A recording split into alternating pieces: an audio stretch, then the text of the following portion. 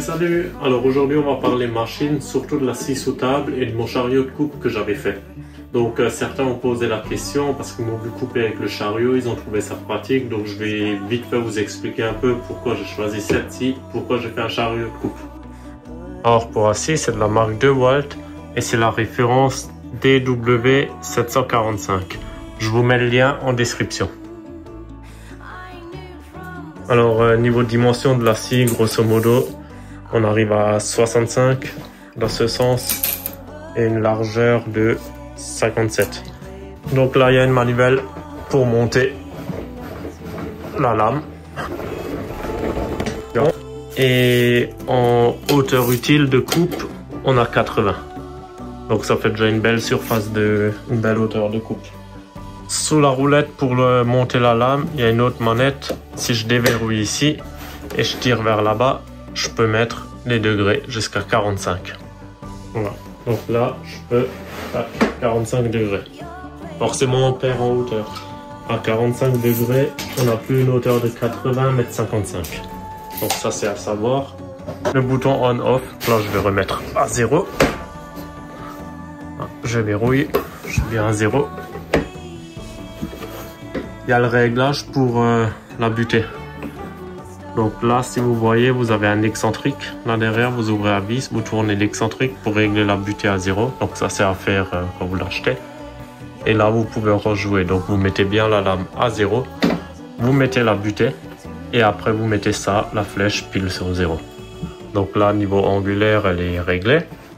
Après, elle est fournie avec un guide parallèle. Donc c'est ça. Ça se fixe au niveau de la manette. Et on fait tac tac et il est fixé. Donc ça se prend là dans les vis, tac tac, et on verrouille des deux côtés. Et après on a la molette pour le régler. Donc c'est deux crémaillères, une devant, une derrière qui sont reliées. Donc là je me mets à 0. Donc là vous voyez je suis sur le trait jaune, sur la règle jaune 0. Et en dessous il y a une règle blanche avec 10. Ça c'est quand on met le guide parallèle sur la vis là. Je peux l'enlever ici et le décaler ici. Donc on gagne encore 10 cm de sortie. Mais il ne faut pas se planter, il faut prendre la règle blanche alors. Donc la règle blanche, on peut avoir une ouverture jusqu'à 63 et la jaune jusqu'à 53. Donc là, par défaut, je vais la remettre à gauche. Voilà, clac, clac. Voilà, donc là, je suis à 0. Et après, je peux tourner ou même tirer dessus pour gagner du temps. Voilà. Donc là, ça me fait une belle ouverture quand même pour couper les panneaux. Pour régler précis, on utilise la molette. Et pour avancer des longues distances, on rythme directement comme ça. Et une fois qu'on a réglé, la crémaillère, elle se verrouille ici. Tac! Là, c'est verrouillé. et on déverrouille. Après, quand on veut couper des petits panneaux en épaisseur, de faible épaisseur, pour pas être emmerdé, là, avec le guide, on peut mettre ça. Clips, voilà. Donc là, voilà, j'ai plus accès. Mes mains, je peux les décaler un peu là s'il le faut. Je peux bien appuyer, je suis pas gêné par le guide. Voilà, ça me fait un peu une distance de sécurité.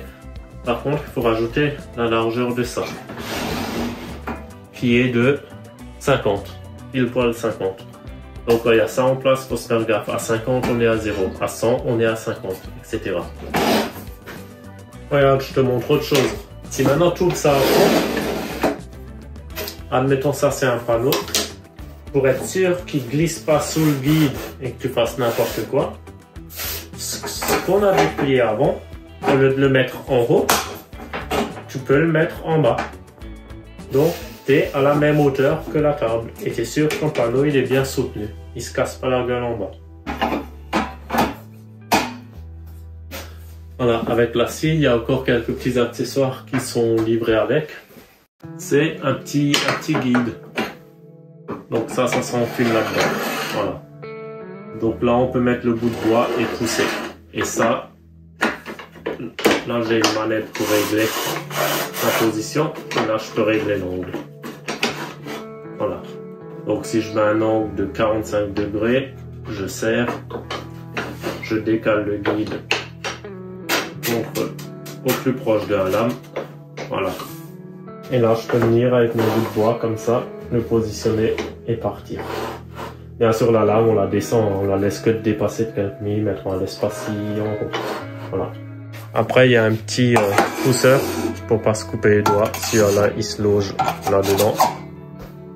Donc, facilement accessible. Quand on bosse de la main droite, on le chope, tac, et on le range. Ça, franchement, très pratique. Évidemment, d'origine, il y a un cache. Si on veut déligner des grandes longueurs, oui, pourquoi pas, on peut le mettre. Mais autrement, moi, je le mets pas. Après, ça regarde que moi. Et un point très important, c'est quand on déligne des longueurs du bois massif, tout dépend des tensions qu'il y a dans le bois, ça peut se resserrer derrière. Et si ça se resserre, ça pince la lame et vous prenez le bout de bois dans la tête. Donc, il y a un écarteur qui est monté dessus. Moi, je l'avais enlevé pour mon chariot pour faire une coupe spéciale. Mais quand vous utilisez un scie comme ça, vous le mettez toujours. On va le mettre ensemble, je vous montre. Donc là, vous avez une vis à débloquer. Qu'une seule, un quart de tour. C'est vraiment un quart de tour. Vous prenez leur accessoire pour choper là. Ces vis, vous touchez pas. Une fois que c'est réglé, c'est plus à toucher. C'est juste débuter pour que le cache il soit bien à fleur. Légèrement plus bas, mais surtout pas plus haut. Donc ça, c'est buté, vous touchez pas. Vous touchez juste à cette vis pour l'enlever. Ensuite, il faut monter la lame à fond. Donc une fois que la lame est montée à fond, il faut juste débloquer la vis derrière. Mais attention, juste la débloquer. J'ouvre. Donc vous dévissez la vis, à peu près 5 mm de jeu. Vous appuyez sur la vis, il y a un système de ressort, vous appuyez dessus et vous engagez le séparateur et vous revissez la vis. Voilà, tac. Donc là, il y a le séparateur. Donc quand on coupe un bout de bois, il peut pas serrer derrière et il peut pas pincer la lame. Donc ça, vraiment, niveau sécurité, c'est presque indispensable. Et vous voyez, il dépasse la lame. Il est plus haut que la lame. Alors pourquoi moi je l'avais enlevé? Parce que je voulais usiner juste un décrochement comme ça. Tout ça je voulais enlever. Donc si je fais ça en faisant plusieurs passes, je peux pas avancer. Puisque le séparateur il peut pas monter là. Donc j'ai dû l'enlever pour faire mon épaulement. Vous l'avez vu dans la vidéo 3 je crois où je commence le plancher du fourgon. Donc pour faire des usinages comme ça, forcément, il ne peut pas être plus haut que la lame. Après, ce que j'ai pensé faire, c'est meuler le séparateur pour qu'il ne dépasse pas le dessus de la lame. Au moins j'ai plus besoin de le démonter, je peux toujours le laisser. Donc je vais le couper ici, plus bas que la lame. Donc mon bout de bois, même si je fais un épaulement, il pourra toujours passer. Et si on coupe le séparateur plus bas que la lame, on n'a plus l'accroche pour mettre le truc de sécurité. Ça c'est pris là-dedans. Je remets le cache. Il y a des ergots derrière. On commence par l'enfiler derrière et on descend. Et on serre un quart de tour. Voilà. Là il est serré. Sur la protection, vous pouvez brancher un aspirateur. Mais si on ne le met pas, ou même si on le met, on peut aussi brancher un aspirateur derrière. Donc là, c'est fournir un réducteur. Gros diamètre pour ceux qui ont les aspirateurs centralisés, là, de menuiserie, et après un plus petit diamètre. Moi, c'est rare que je le mets, et à la fin, je me retrouve avec ça. Un beau coin en poussière.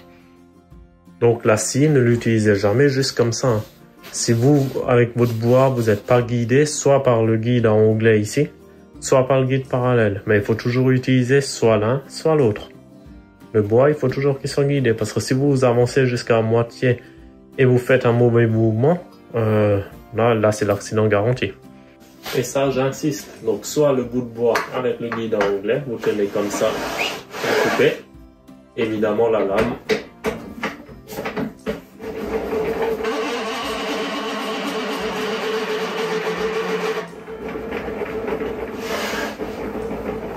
Voilà. Là, je la règle 5 mm plus haut. Donc, vous passez comme ça, tac.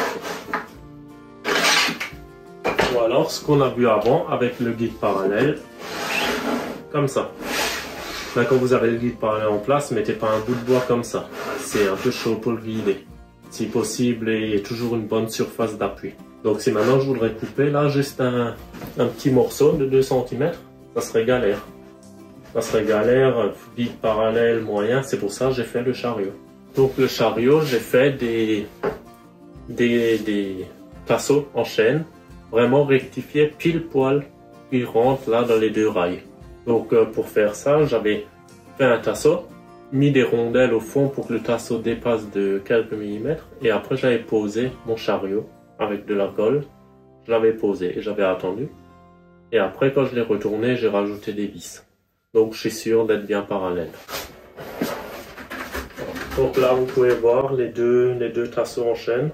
Donc ceux-là, ils ont pile poil l'anthrax de mes rainures.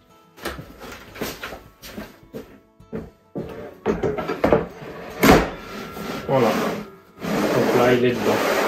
Évidemment on perd en hauteur en fonction de l'épaisseur du panneau que vous prenez. Donc là, comme vous avez déjà pu voir, tout ce que je coupe avec le chariot, je plaque la contre et j'avance tout le chariot. Voilà, donc là je peux faire une coupe si je veux que de 1 mm. Hein. Si je veux faire un bout de bois de la forme de la taille d'un dé, il n'y aurait pas de souci non plus. Je le pose comme ça, juste faire attention aux doigts. Là c'est pas bon. Et voilà. Donc là je peux vraiment couper des pièces si je veux de 3 mm sur 3 hein, limite. Hein.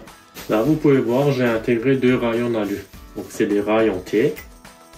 Ça me permet de passer des écrous en forme de T. Un peu comme sur les tables d'usinage. Donc ça je roule là-dedans. Et là, j'en suis fait une genre de bride. Donc ça, je peux visser un peu comme ça. Donc si j'ai un petit bout de bois à couper et j'ai peur pour mes doigts, je peux le tenir. Il faut mettre quelque chose derrière, à peu près de la même épaisseur. Là, je mets juste une cale. Voilà, je place mon bout de bois.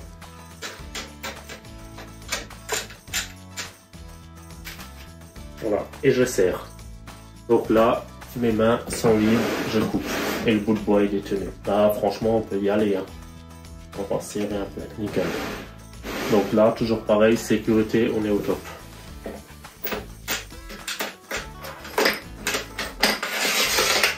Qu'est-ce qu'on peut encore faire dans les rails là? Si je veux, je pourrais me faire une planche coupée à 45 degrés par exemple. Donc si là je prends une planche qui se pose dans les rainures, comme ça, je pourrais venir avec mon bout de bois, le plaquer contre, et couper. Et la planche que je fais, évidemment, elle serait coupée là. Donc le bois, il serait vraiment maintenu jusqu'au bord. Donc voilà, les possibilités sont à l'infini. On se coupe une fois un gabarit à 45 degrés, on le pose. À voir en fonction de la largeur qu'on coupe, soit on le met derrière et on tient le bois comme ça. Si possible, comme ça c'est mieux. Voilà. Donc là, on peut vraiment se faire tout type de gabarit là-dessus. Bridage, gabarit, c'est modulable. Si maintenant j'ai plusieurs coupes à faire, genre 10 pièces de 80 là-dessus, j'ai acheté des règles à coller. Donc celle elle est graduée dans le sens là, 1, 2, 3, 4, et l'autre à le sens inverse. Donc ça, toujours pareil, une rainure entière. Voilà. Donc là je peux mettre par exemple sur allez, 11 cm, je serre. Je vais avec mon bout de bois, je plaque contre, je coupe, j'enlève, je plaque contre, je coupe, etc. Donc là, précision franchement pas mal. Le point un peu délicat, c'est pour positionner la règle, faire ça et tout, là il faut être méticuleux. Et un autre point compliqué, c'est faire l'équerrage de ça par rapport à la lame. On pourrait se dire on pose une équerre, tout ça, mais ça c'est pour moi c'est nul. Il y a une méthode beaucoup mieux, je vous montre ça tout de suite. Juste le point important, quand j'avais fabriqué le chariot, j'avais fixé un premier bois et après avec des systèmes de vis, je poussais le bois là où je le tirais plus ou moins avec des cales. Parce que j'ai au moins dû recommencer 10 fois l'opération pour avoir un équerrage précis. Mais quand je vous dis un équerrage précis, c'est au 10e près. Hein. C'est impressionnant. Là, j'ai mis une croix, voilà, vous mettez pas le doigt comme ça quand vous poussez. L'idéal, ça serait de mettre un cage de protection. Donc, comment j'ai fait l'équerrage, je vous montre ça. Pour régler l'équerrage, j'ai utilisé la technique des 5 coupes. Donc, on prend un bout de bois, on fait une coupe, on tourne d'un quart de tour, on coupe, on coupe, on coupe, on se décale d'1 centimètre à peu près et on recoupe. Et après, la bande d'1 centimètre, on la mesure au pied à coulisse. Si d'un côté, elle fait 10 mm et de l'autre côté 11, on a un défaut de 1 mm, mais vu qu'on a tourné le bout de bois 4 fois, ça veut dire qu'on a un défaut de 0,25 d'équerrage. Donc 0,25, on a tourné 4 fois, on arrive au 1 mm. Donc là, je vais vous montrer. Je vais juste identifier 1, 2, 3, 4. Allez, c'est parti.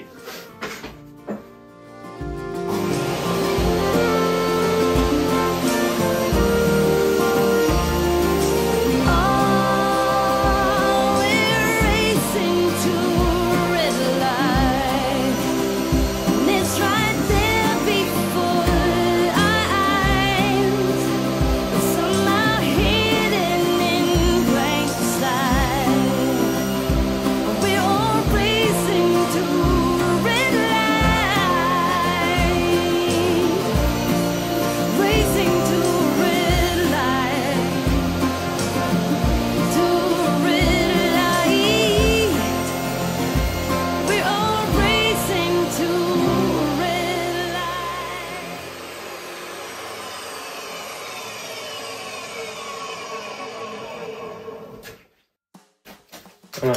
Donc j'ai coupé, la surface que j'ai coupée, je la mets en butée là-dessus. Tac, tac, tac.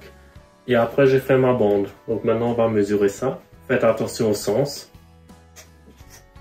Parce qu'en fonction de là où il est le défaut, il faudra savoir si on est trop comme ça ou trop comme ça. Donc là c'est une technique, je me souviens même plus, on va voir ça.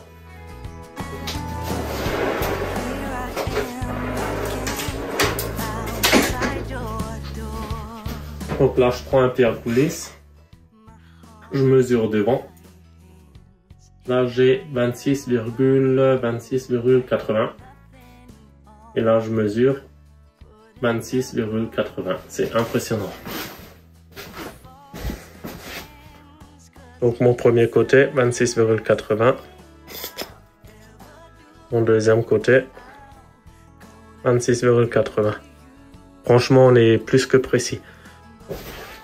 Donc là, j'ai même pas un dixième de défaut. Mais si, admettons, j'avais un dixième de défaut, ça voudrait dire qu'à chaque quart de tour, ça me crée 2 centièmes de défaut, 2 centièmes et demi pour arriver à un dixième. Donc là, on est pile poil Même si vous avez 1 mm de défaut sur une distance là, si vous faites pas de l'encadrement hyper précis dans les joints, ça va. Et c'est souvent ce qui se passe quand on coupe avec une scie à onglet mal réglée, un cadre. On fait la jonction du premier coin nickel, deuxième nickel, troisième nickel et au quatrième on se retrouve avec un jour. C'est parce qu'on cumule le défaut de chaque angle. Faut juste pas oublier que le défaut obtenu, il faut le diviser par 4 vu qu'on tourne 4 fois le bout de bois. C'est pour ça, ça c'est hyper précis. Vous pouvez mettre n'importe quel équerre, faire un palais dans l'équerre, ça donnera jamais ça. Parce que c'est pas parce que votre équerre est à l'œil, à fleur par rapport à la lame que vous êtes précis. Hein. La lame, quand elle travaille, elle va travailler d'une certaine manière. C'est pour ça, là, on réalise une pièce témoin. Et mieux faire que de réaliser une pièce qu'on peut mesurer au pied à coulisse. Désolé, mais mesurer un angle avec une équerre, je peux me tromper presque de 0,5 degrés. L'équerre, on le verra pas forcément. Donc là, au pied à coulisse. Après, ce qu'on peut faire pour être plus précis, on prend un bout de bois plus grand encore. Donc on agrandit encore le défaut sur la longueur. Et après, on va buter ici.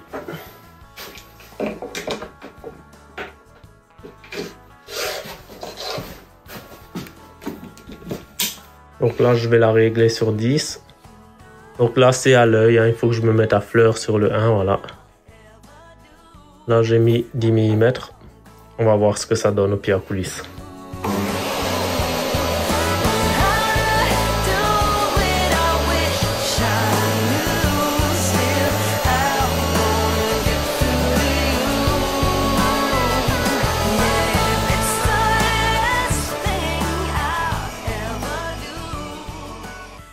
Voilà, donc là j'avais réglé ma butée sur 10 mm, on va voir ce que ça donne. Voilà, pile poil 10. Donc ça c'est le truc chiant à faire une fois, mais une fois que c'est fait, on fait du boulot propre sans se prendre la tête. Voilà, bon, quoi dire de plus, je sais pas trop, je vais pas faire une vidéo trop longue. Je mets le lien de la scie en description, si jamais vous voulez passer par là. Et après pour le chariot, bon c'est du bricolage, faut être méticuleux, faites-le tout de suite assez grand. Parce que souvent on fait petit et au final on est emmerdé. Faites-le tout de suite d'une certaine bonne taille. Au moins si vous voulez plus tard faire des gabarits, des trucs pour poser dessus, vous pouvez toujours. Et là franchement c'est hyper plaisant de couper avec ça. Les Américains ils bossent principalement qu'avec ça, c'est top. Après c'est pas pour couper des panneaux de 3,50 m sur 2. Hein. Non, ça posera problème. Comme le contreplaqué, d'abord il faut que je fasse une coupe à 6 circulaire. C'est vraiment pour faire une petite coupe, hein. Là je peux couper des petits trucs, c'est top. Et voilà. Et après, il faudra peut-être, si vous voulez couper plus grande chose, pour les servantes à rouleau, vous pouvez mettre devant pour soutenir le bois. Ou alors vous prenez un stagiaire qui vous aide à tenir le bout de bois de l'autre côté, à vous de voir. Et pour faire la rainure de la lame, en fait, on descend la lame au maximum, on pose le chariot, on le tient fort et on monte doucement la lame pour créer la rainure. Et après, on avance. Donc, c'est adapté pile poil à la lame. C'est pour ça qu'elle est toute fine. Par contre, le problème de mon chariot là, c'est que je peux plus incliner la lame. Si vous voulez un chariot avec la lame inclinée, il faudrait éventuellement le refaire avec le trait en biais. Voilà. Donc ça c'est une solution, mais moi je vois pas l'intérêt de faire une coupe en biais sur le chariot. Au pire, je tourne mon bout de bois. Si j'ai un tasseau que je veux couper en biais, au lieu d'incliner la lame pour couper le biais, ben j'incline mon bout de bois, je tourne mon bout de bois et j'incline mon bout de bois. Le prochain truc que je me ferai, c'est un gabarit pour faire les angles à 45 degrés. Surtout pour l'encadrement de mes lanterneaux que je veux faire en chaîne. Donc là, je me ferai une planche coupée, tac tac, avec des systèmes de brides, Voilà. Ici, ils ont prévu une vis papillon pour tout ce qui est la fixation des accessoires.